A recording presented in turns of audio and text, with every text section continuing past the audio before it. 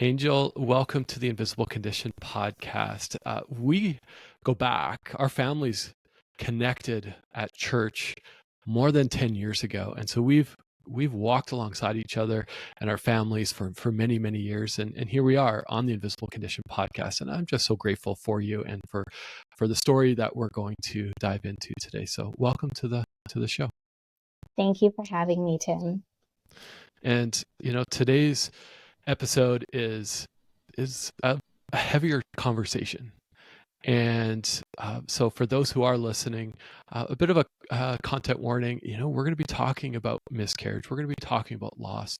And I wanted to bring that up now because this is a serious topic. And often, even before we hit record, we talked about the invisible nature of recurrent pregnancy loss and miscarriage. But before we get into that conversation, why don't you share with us a little bit about yourself, what you're up to, and why you decided that, hey, I want to talk about this on this podcast? Yeah. Thank you, Tim. I'm Angel, and I'm a registered nurse here in British Columbia, Canada. And I have a background in neonatal intensive care and also doing a lot of education within the different healthcare authorities. But what I've experienced in my own personal journey is my husband and I, we experienced recurrent pregnancy losses while trying to grow our family. And it's through that experience that I have kind of switched my career to really focus on bringing nursing support to women here in British Columbia in terms of support for them during a miscarriage or during a pregnancy after loss and during a postpartum transition. So I am now a mom to 2 little ones at home, but I have also had 3 angel babies in heaven. And so having gone through all of that and having had to navigate our healthcare system and not really knowing what to do in the depth of our grief of losing our babies, it's really brought me to a point where I've realized that I have the professional experience and knowledge as a nurse, and also the lived experience of going through the losses myself to be able to come alongside other women and to help them. And I really was really happy to be able to connect with you, Tim, in terms of being able to talk about this, because pregnancy losses can often be an invisible loss. And there's just so much stigma and so much uncomfortableness when it comes to losing a baby. And people don't talk about it. And having gone through it multiple times myself, I really wanted to bring this to your podcast. I really wanted us to have this conversation and to just bring more awareness to our listeners on the fact that miscarriages happen. It doesn't discriminate. And I wanted to share a bit about my experience and also to talk about the support and resources that are out there. Yeah, you're absolutely right. There is so much stigma that's attached to this. And I know for myself, me and my wife, we experienced a miscarriage. And I had no idea how to process it and handle it. And I've now talked with others who have reached out through LinkedIn and through Instagram and said, hey, Tim, will you cover this topic? And I had a guest on recently who talked about her recurrent pregnancy loss as part of our episode. And she gave an example of somebody had said to her, where did your baby go? And how do you respond to that? So there's so much stigma. There's, and I think there's not just the stigma, but there's a lack of education, especially not just in our workplaces, but even in our friend groups. And how the big question is, how do we end that stigma? Do we just own it that I don't know. How are we going to end that stigma? That's such a big question, and it's a hard question. I don't think there's a clear-cut black and white answer to how do you end the stigma on pregnancy loss. But I think awareness and education is a huge part of it. And I think just the simple awareness of understanding that miscarriages happen, and it's actually quite common. The current statistics for Canada is that 1 in 4 pregnancies end in a miscarriage. And so when you think about that number and you actually take time to process it, it's more than likely that you or someone around you that you know personally has experienced a loss. And when you think about it in that context, you realize that, oh, it's really common. Someone that I know probably have had a loss. And then you delve into like, how do you approach this topic? It's not an easy one. And as a society, we don't like to talk about loss. We don't like to talk about our babies dying. We don't like to touch on these topics because it's painful and it's scary. And so I think by just bringing awareness to it, by just being able to either hold space for someone, for them to share their story, or to be proactive in checking in on those around us who have experienced loss. I think that is a small, tangible step that we can all do in terms of connecting as a community and bringing awareness and allowing this to be something that can become a safe topic, that it can become something that is not scary and taboo, and that we can just simply ask, how are you doing after someone who's experienced a pregnancy loss? What's coming to mind is I'm guilty of this, right? When we experienced a miscarriage, my question to the doctor at the time was, okay, when can we try again? And I've now realized that was a jerk thing to say. There was But at no the same compassion in it. time, yes, I hear you. But at the same time, I don't fault you for asking that question. Like, my husband asked the same question too. And it wasn't because he didn't care that I had lost our baby, that I was physically going through a miscarriage. It was because he loved me so much, that we wanted our baby so much, that in his mind, he couldn't take away my physical pain. He couldn't be in my place to take it for me. So as my husband, he is a fixer. He wants to do something. He wants to be in control. So I think it's quite natural for the spouse to often ask questions that may, in hindsight, come off as a little bit insensitive, but it is also true, right? Like, you wanted to know, when can you guys try again? Because there was a goal as a family, as a couple, as a unit. You wanted to have a baby. It was a wanted pregnancy. But because you experienced a miscarriage, it felt like you were out of control. And you were in control of that loss. And so I think it's quite common and quite natural for spouses to ask that type of question. But I think with that comment, it leads to the conversation of, there is a natural response of things that people say, spouses, how they respond, and families and friends, and how they respond to a loved one experiencing a pregnancy loss, versus just people maybe saying things that are just stupid. Things that are stupid and insensitive. And I think that people don't often recognize that, like common phrases that we hear. And I think that we think it's normal and we accept it to be normal, but in reality, it's actually very hurtful. Things like, when people hear that you've lost a baby or you experienced a loss, they might say something like, oh, everything happens for a reason. And with a statement like that, it makes, when I've heard it myself during all of my losses, people would tell me, everything happens for a reason. That one just wasn't meant to be. And sure, I'm sure you had great intentions, but when you say something like that, when you make a comment and a statement like that, it makes me feel like that baby was not meant to be my baby. I wasn't meant to be a mom at that point. I lost the baby because I'm not meant to be. It wasn't meant to be. And everything happened for a reason. But what good reason was it that my baby died? It didn't make sense, and it was hurtful, and I was deep in my grief, and it was just not a helpful comment. And I think these are conversations that I think we should have more of, that, we should be able to call people out in a sense of, some comments are hurtful and they're not helpful. And we should steer away from making those comments. Comments like, oh, you can always try again, or, Mm-hmm. oh, you weren't that far along, or, Exactly. fill in the blank.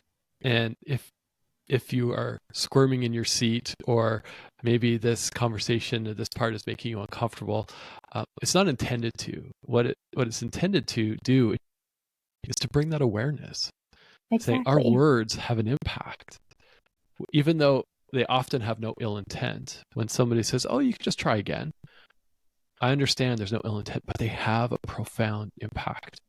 Mm-hmm. And so take that pause, think about what you're going to say. And as you said, just simply ask, how are you doing? What can I help with? How can I support Mm-hmm. you? And so you and your family, you've experienced multiple loss. And I'm curious, how has that affected you and your family? Ooh, it's affected us on so many different levels.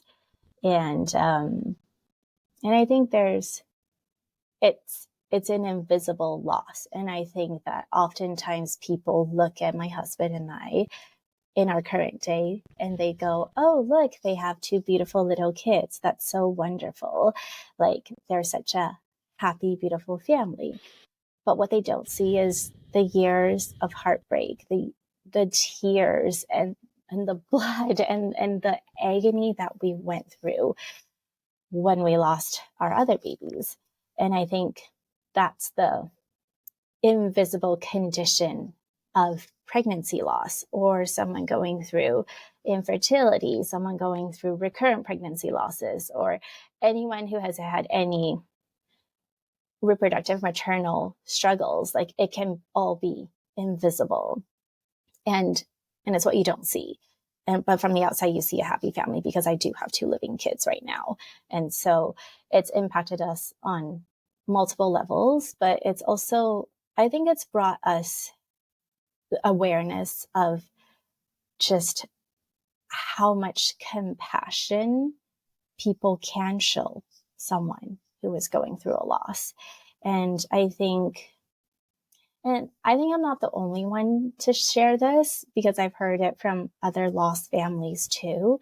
But I think it's not until you've lost a baby that you've had to say goodbye to your child that you realize that sometimes the support you have around you may not be what you had hoped for. And I think that is an impact that pregnancy loss has brought to light for my family. There were individuals who were close in our family, in our circle, in our social circle, where they just weren't able to support us because they weren't aware. They didn't have the knowledge, the experience, or it was really uncomfortable. They weren't prepared to support us and come alongside of us. So it felt like they didn't show up. And on the flip end, there were individuals who showed up in such unexpected ways that were so appreciated and so needed in the acute stages of our loss that we weren't expecting. And so I think it all comes back to the compassion. Like our miscarriages have brought forth the need for compassion, for us to realize that there is such a need for compassion for families who are going through loss. Yeah, what's coming up for me is that people, and we're generalizing here, don't often know how to support when they hear a friend or a family or a colleague say, yeah, we miscarried. Exactly. Mm-hmm. It's how do we support? And I think that is, it varies for every person. Mm-hmm. And as you said at the beginning, I hit you right hard with that big question: is how are we going to end the stigma? Which wasn't intentional. I was just really curious what your thoughts are. Mm-hmm. But it's that education and awareness. And my mind always goes, okay, how do we increase education and awareness, because I think it ties in with how you can practically support someone. And so how do we, I know I talk a bit about in the workplace, but also outside of the workplace with our friends, with our family members. So how do we normalize this conversation? How do we bring this to the forefront? And I know loss is not easy to talk about. I personally, I struggle with talking about it. And I know I'm not the only one. Yet we need to talk about this because there's more than just a miscarriage. The miscarriage itself brings forth grief and other emotions, and other health conditions that could potentially come out of this, out of a miscarriage. I've seen it. We've experienced it in our household. So how? What's coming to mind for you? I think, like we mentioned and we chatted about earlier, bring awareness is huge, but I think like a tangible way of like just being able to start this conversation can be quite simple, but I think people are scared of doing it. And Tim, you've alluded to this in previous episodes too, of I think in our current society, when we hear something uncomfortable or when we hear something that we think we might know something about, we are quick to jump in. We're quick to put words into other people's mouth and finish their sentence for them. And so I think I've experienced that myself when I've shared about my miscarriage, where people might just jump in and say, "Oh, I've had one too," or my friend, my neighbor, someone has had a miscarriage, but they got pregnant right away and they had a healthy baby, and it's fine. You'll be fine. You will have another baby. And I think it's really important to be able to hold space for an individual who's experienced loss, for them to actually share their story. And I think it can start off with something as simple as, if I have a friend who's gone through a loss, for me to simply just check in, to show up as a friend, whether it's physically or, virtually, but to just show up and check in and be like, "Hey, how are you doing?" And like to ask simple questions like, "Do you want to talk about your baby?" Like it's such a simple question, but it can open up doors and allow someone to feel safe to share their story, to tell you more about their experience, to bring awareness and to actually help you understand how they need help, how they need support. And I think one thing that I have learned through our journey is that personally, my husband and I, we named all of our babies who left too early. And that was because they were our babies. They were a part of our family and they matter to us. And so naming them was part of our healing, part of our grieving and part of the whole process.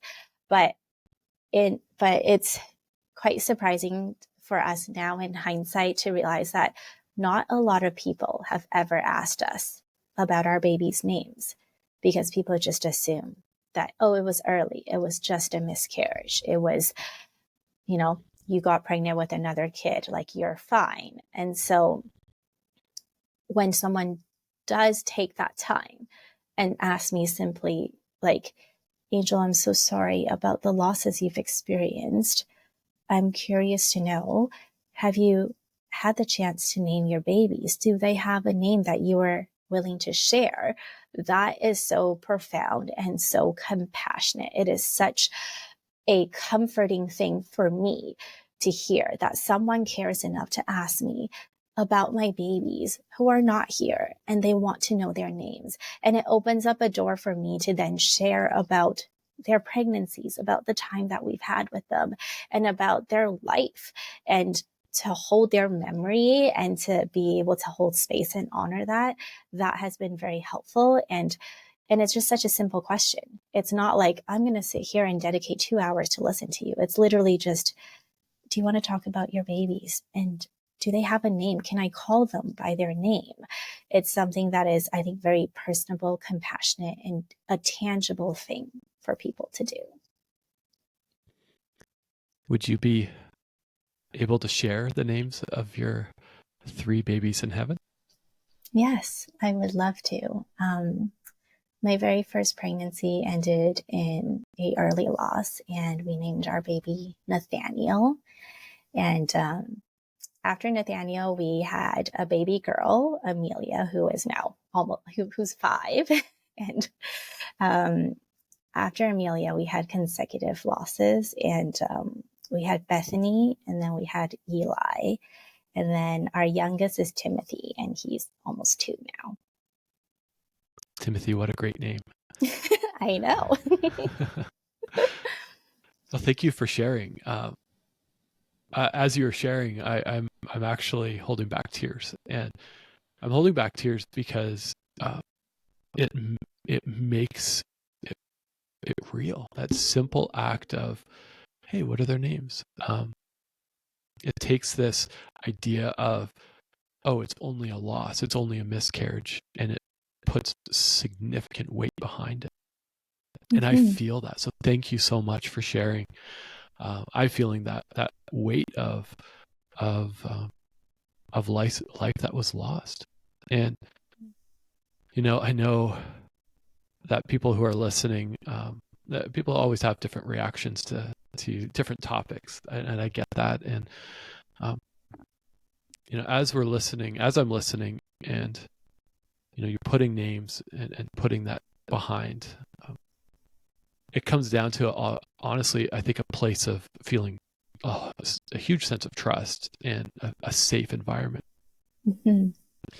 And what I have experienced and what I've been hearing is that even in our friend groups, that there's that lack of safety, that lack of trust. How do we, it's important to talk about, but if we don't feel safe, we don't talk about it. So how do we, we're in this cycle, and I'm hearing that across the board with invisible conditions. So, but specifically for pregnancy loss, for miscarriage, what are your thoughts on that cycle of, I need to share, but I don't feel safe, but I need to share, and I don't. So you're in that cycle. And I think you're right.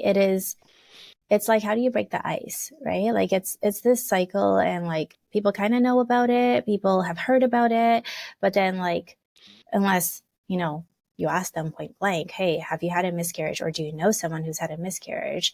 Like people don't, it's not like a topic that comes up regularly. It's not like, hey, how's your day? What do you think about miscarriage? It's a very, it's a hard topic to talk about. And to be honest, I don't think I have an answer in terms of how to break the cycle. But what I do have is, in my own experience, I have found that being able to talk about my experience, whether I felt safe or not, was healing. So I have learned, and I think maybe a part of it comes from the fact that I am a nurse, and I kind of have a bit of a thick skin through that perspective of like, it's just something that needs to be talked about. It's just like I remember going out for coffee with some girlfriends, and this is a group of ladies who they are not in the childbearing phase yet, but they are thinking about it. And like, I had already gone through a loss at that point, and it was more so just like laying it on the table and being like, hey, it can happen. Like, miscarriages don't discriminate. This is the stat. And like, I am a nurse, and I knew the stats. I know medically, clinically what to expect, what it means, and everything. But even then, it is devastating. Even then, it is so hard to figure out what to do, how to get myself the support and the help that I need. And I think being able to just be open and talk about it, and I wasn't sure if it was going to be a welcomed thing to talk about during our coffee chat. I just felt the need to talk about it. And here was a group of friends who were women, and they could potentially experience it. And so I felt like I needed to share. And through that, I think in hindsight now, it was good. It was good to have that conversation because one of them did end up having a miscarriage too. And I think having had that conversation through that coffee chat, it opened up the doors for her to then feel safe to reach back out to me when she had to go through it. And so I think it's more so just like when we are able to share our own experience, and the connections that we make allows people to feel safe. And I know it sounds kind of cliche, but we are stronger together. And I don't think we're ever meant to grieve the loss of our children all alone throughout the whole thing. I think there are times where it feels right to be alone and to have that space. But then there is also time where you need your community and you need the support. And so being able to just be vulnerable allows people to realize that I can come alongside of you. I may not have what you need. I may not know what you need, but I am here because I love you as a friend. I love you as someone who is a part of your community, and I'm showing up for you. And I think it's ultimately a learning experience for everybody. No one wakes up thinking, I am so prepared. Come at me, miscarriage. I'm ready for you. Like, miscarriages aren't ever a thing that you can fully prepare for. But I think being able to find the right support and being able to know that you can be vulnerable and have that safe space to talk about it is a good place to start.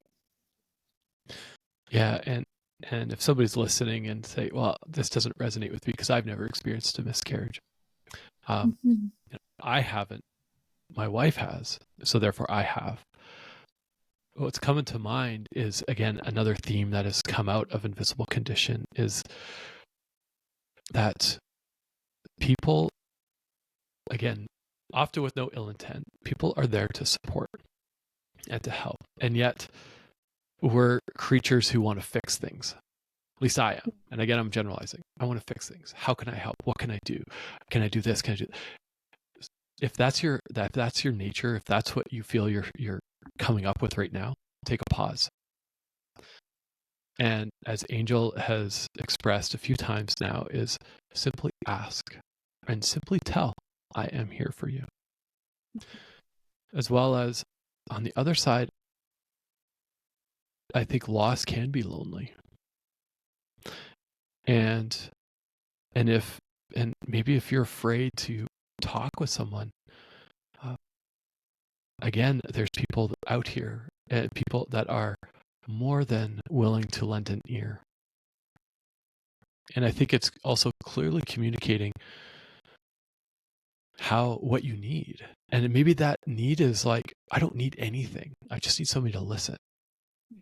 Man, just and grab Tim, that piece. Yeah, go ahead. If I can jump in, I think, as you were saying just now, like it brought back to mind something that I like distinctively remember experiencing over and over again through all of our losses. And I remember talking to my husband about it and being frustrated. And the thing was that in the midst of our miscarriages, I feel like people assumed that we needed space. And so they gave us space. But along with this space that they were giving us also came silence. And I think that is a misconception that many people often have, is that, oh, you're going through a loss, I'm going to give you the space to grieve. And in regards to that, I will stay silent until you reach out to me because I am giving you the space. And I think that when you think about it, you're like, oh yeah, that sounds logical, reasonable. Like that sounds like a nice thing to do to someone, right? But realities are like, yes, we needed the space. I needed space to mourn for my children. I needed space to connect with my husband. I needed space to heal physically and emotionally and everything. But I also needed people to check in on me because, I mean, we're kind of out of the pandemic now. And so it's a little bit different. But a couple of my miscarriages happened during the pandemic, and it was extraordinarily isolating to be going through a loss and to not have your friends and family be physically there to support you.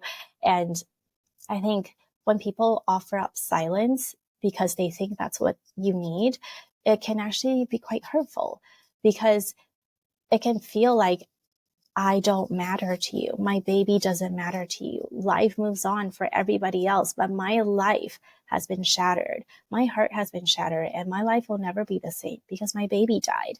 And when people just offer up their silence, that can actually feel so painful, because it feels like they don't care. And the truth is, they do care, they just don't know what to say. But I think that if maybe from both ends, that communication piece can be a little bit more robust, in a sense of like, yeah, I'm grieving, I don't know what I need, but please do check in on me and ask me, and maybe I'll be able to tell you in this moment what I need. That can be helpful. But on the other end, if you're the friend that's checking in, the family member that's there, please don't just assume that I want silence. I want space, but I also want you. I want you to care about me, about my baby, and about how we're doing. And so I think that is something that I think in conversation with other lost families, that is something that happens quite a lot. And it is never with ill intent. People just don't, it's not like people are giving us the silent treatment because we have it, like our baby died. It was more so just, we don't know what to say, so we'll give you silence. But I think maybe that's a perspective that can shift. And in doing so, that could probably bring some comfort to the families who are experiencing the loss. At what point was there ever like a transition point for you to say, I need to be more vocal about this? I'm going to take the initiative and talk to friends and talk to my workplace and talk to family. Yeah. For me, it was when we experienced our third loss. Our third loss was a second trimester loss, and it was physically harder in terms of healing and the whole process. And emotionally, I was just a wreck, because we had already gone through multiple losses, and this was it just felt like it was too much to bear. And I think I was also hitting a point where I was raising my daughter. We were raising our daughter. She was a toddler. So I think people just assumed that we were okay, that we have a living child at home, that like, focus on her. At least you have a living child, and that your losses are kind of diminished, and that it was okay, that you will heal from it. Number one, because you've done it before. And number two, like, focus your energy on your living child. You can try. And so I think I got to a point where I was just so fed up that that's the expectation, that like we were going to be okay when I wasn't okay. And so I think I went down a road where I ended up feeling like I really needed to advocate for myself in terms of my medical care, because I wanted to know, like, I was pushing my doctors for more testing and more investigation of like, why were we having recurrent pregnancy losses? I don't want to just be told that it's just like, it's just common, it's stats, and like, you're 1 in 4 and you're unfortunate. Like, I wanted answers. I am also a doer and a fixer, and like, I wanted something tangible where I could work off of and be like, we're going to do X, Y, Z to figure this out. And I think through that, like it ultimately led me to where I am today, where I started this business. I started Baby Bean Consulting, which is like, as a registered nurse, that's what we're all about today. Like, we're about coming alongside of women and families as they're going through losses. We're here to advocate for them. We're here to coordinate the care services for them. We're here to hear them and empower them to make informed choices regarding their situation, because I felt like that was what was so lacking when I went through it, and I had no one to turn to. There wasn't anyone that could help me navigate the system. And I was a nurse myself, and I felt like I was falling through the cracks. And so I feel like the turning point for me was when I had my third loss, and I was just so done with the silence. I was so done with at least you have a daughter, at least she's fine and she's healthy. And I think it kind of pushed me over in a sense of like, I am not okay.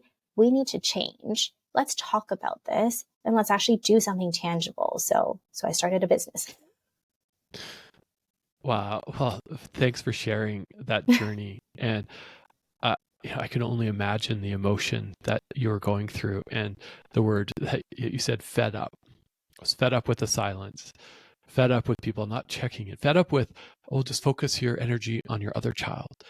And grief strikes us all, and we all process grief differently. Yeah. And so there's no one solution.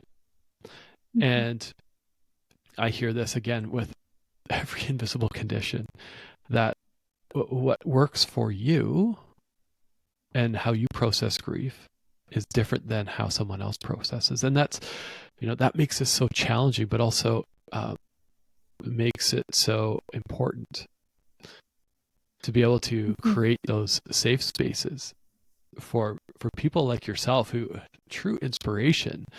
You came over for coffee about a month before we recorded, and we just had a conversation, me and my wife, just about journeying through miscarriage. And sitting there, honestly, it felt like a release even for me, because nobody has ever asked, hey Tim, how was that process for you? And I remember sitting there, and my wife actually asked me, she's like, hey Tim, like, how was that for you? And I was almost angry at myself because I couldn't really remember. And I'm guilty of this. I never checked in with your husband, and we used to be really good friends. We are good friends. So I'm going to make a stand now that if someone in our circle, if someone we know is going through loss, that I will check in, and maybe that's the call to action out of this episode, not to inundate people and overwhelm people, but just if you care, check in. I think it's as simple as that. Is it as simple as that? It is. I think it starts with something as simple as that.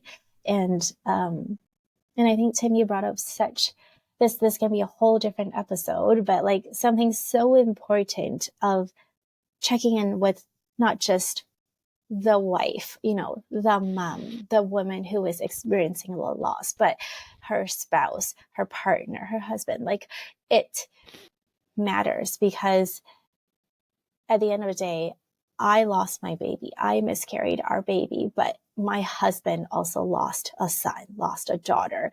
And again and again, like, he also went through that loss. And like, it was true. Like, very, very, very few people ever checked in with him. He would be inundated with like messages and calls from people asking how I was, asking is she still at the hospital? Is she home now? How is she? People would ask about our daughter, but people wouldn't ask about him. And I think that sometimes we have this, we talk about it even now. And I asked him, how are you? Like, how are you in terms of our journey, where we are now and what we've gone through and what we're hoping to do from our experience. And I think for him, it's similar to what you just shared, Tim. It's that through his own experience, he has now learned that when we hear about a friend or a family who's gone through loss, that he is now taking that initiative to check in with the spouse, because it starts with that, right? And sometimes the wife bounced back quite physically fine, but then emotionally as a couple, it's hard. And together they need the support from their social circle. Yeah. We have an amazing community through our church and through our past church. And I know there was people who checked in that time. And often it was a check-in with both of us or a check-in with Tanya. But I remember feeling pretty lonely and isolated myself. And this isn't about me. This is about recurrent pregnancy loss. And how you said, yeah, there's two people. And I am grateful for the community that we have. I'm grateful for the people who had checked in on us. And I think this is just a reminder for those who are listening or who are going through loss. we need to show up. And if that showing up means let's be quiet and let's listen. Let's lend an ear. Let's hug and let's cry. Let's, if we need to laugh, then let's laugh. If we need to celebrate, let's celebrate. If we need to mourn, let's mourn.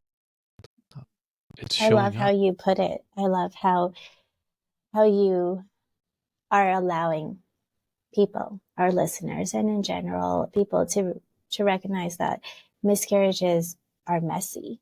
Like physically, they're messy, emotionally, they're messy, and the grief is never linear, right? It's like waves. It comes at you, and some days you can manage, and some days you're drowning, and some days you're like, this is it. I am not going to make it.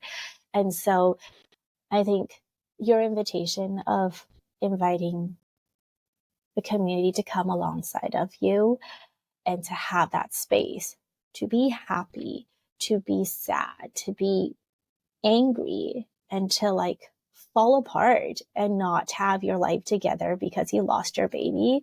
I think that is very beautiful in a sense of like, it is honestly a tangible way of showing up. It's a tangible way of being there and allowing people to know that, you know, we care about you. We care about the baby that left too soon, and that we will be here together to help you through it.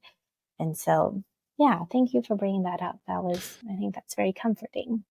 Yeah, well, thank you for this conversation. And, something that comes to mind is the word advocacy and self-advocacy, which is what you're doing in your business. And don't worry, we're going to put all the links to how to get a hold of Angel in the show notes. But I think that's a good, maybe a natural place to wind down our conversation. But I always ask our guests, every guest, no matter what topic we're talking about, is the vision of Invisible Condition is to end the stigma. And we've talked about a few tangible ways, but when you think of a world where your kids are growing up, and if they live with something that's invisible, how are we going to create a place where they are comfortable sharing with their friends, their workplace, society? How are we going to do that? That is such a good question and such an important question. And I think that in terms of pregnancy loss and the invisibility of it, I think I really want to share how I see my daughter experiencing it, because my daughter, she has witnessed our loss journey alongside of us. She was young. She was a toddler when I had multiple losses back to back, but she was also there. She physically saw my body change. She knew when I ended up in the hospital. She understood that there was a baby in mommy's tummy and the baby's heartbeat stopped and mommy had to go to the hospital. She understood all of that. And so we've watched our daughter grow up, and now she's in kindergarten. And it's actually quite heartwarming as a mom and also as a nurse to watch my little girl go into the world now, into the big world, go to school, and to hear back from her school, for them to tell me that, hey, yeah, Amelia came to school and she shared about you, about what you did. She shared that her mom is a nurse and her mommy works with other moms who can't bring their babies home. And I think it's powerful for me to see that my daughter understands. And like, as a 5-year-old, she has witnessed our loss and our healing and our whole journey. And she is a part of it. It is her sibling. It is her story too. And so for her to like comprehend it and also then understand the compassion she has to show towards other people who have gone through loss is very powerful for me. Like, we had a family friend who went through a loss, and my daughter is able to have a conversation with me and say, Mommy, did Auntie so-and-so have a miscarriage? And I was able to tell her, yeah, unfortunately she did. She had a miscarriage and her baby's not there anymore. She's not going to have this baby. And for my little 5-year-old to understand and be like, oh, okay, well, mommy, are you going to help her? And she's going to be okay. Should we make her a card? Should we drop off some food? Can I go on a play date with her kids? Like, for her to have those tangible ways of showing up and showing compassion and loving on our friend who's gone through a loss because she's seen us go through it, I mean, that's something that I think is already breaking the stigma for her generation. She's normalizing talking about it. She draws a picture at school of our family, and she draws our family of 4, but she also draws her angel siblings because she knows that that is also her family. And she's proudly telling her teachers that, oh, these are my siblings who weren't able to stay. These are our babies in heaven. And I think that, I think for me as a mom, I think that's a very prideful thing. Like, in a sense, like, I feel proud of my daughter that she gets it and that she knows her story, but she also knows how to reach out and help others who have gone through losses. So That's yeah. beautiful. Thanks for sharing. It's a big question, and what you're doing is practical, and your daughter is not afraid to talk about it. And I think this upcoming generation is going to be not afraid to talk, not afraid to ask for what they need, and also show how they are contributing, in your case, to the classroom or into the workplace, and say, look,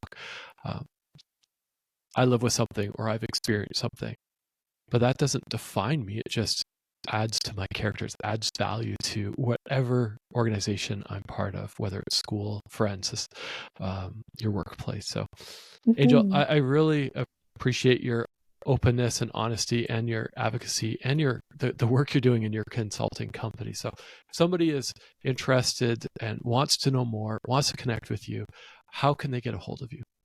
Well, they can find us through our website. We're on Instagram and LinkedIn. So basically, you can find us on social platforms. But I believe Tim is going to drop all our contacts down on the show notes too. So yeah, please do feel free to, whoever's listening, if you need support or you just want to chat, we're happy to connect, because I don't think you're meant to go through this journey alone, this journey of loss. So don't do it alone. Yeah. Again, beautiful. And thanks to everyone who's tuning in. I know today's episode was a little heavy, emotional. I'm feeling it. I'm going to go for a walk here in a moment. But it's such an important topic. The invisibility of loss is something that we need to continue to talk about. And so if you have comments on this episode, or if you continue to enjoy what you're listening to, I love hearing from people. Connect with me on Instagram, Invisible Condition, or on LinkedIn. Just search Tim Reitsma. Or if you have the opportunity to leave a rating or even donate to keep this project going, I truly appreciate you, and I truly appreciate that. So with that, hope you have an amazing day, Angel, and thanks again for everyone tuning in. Thank you.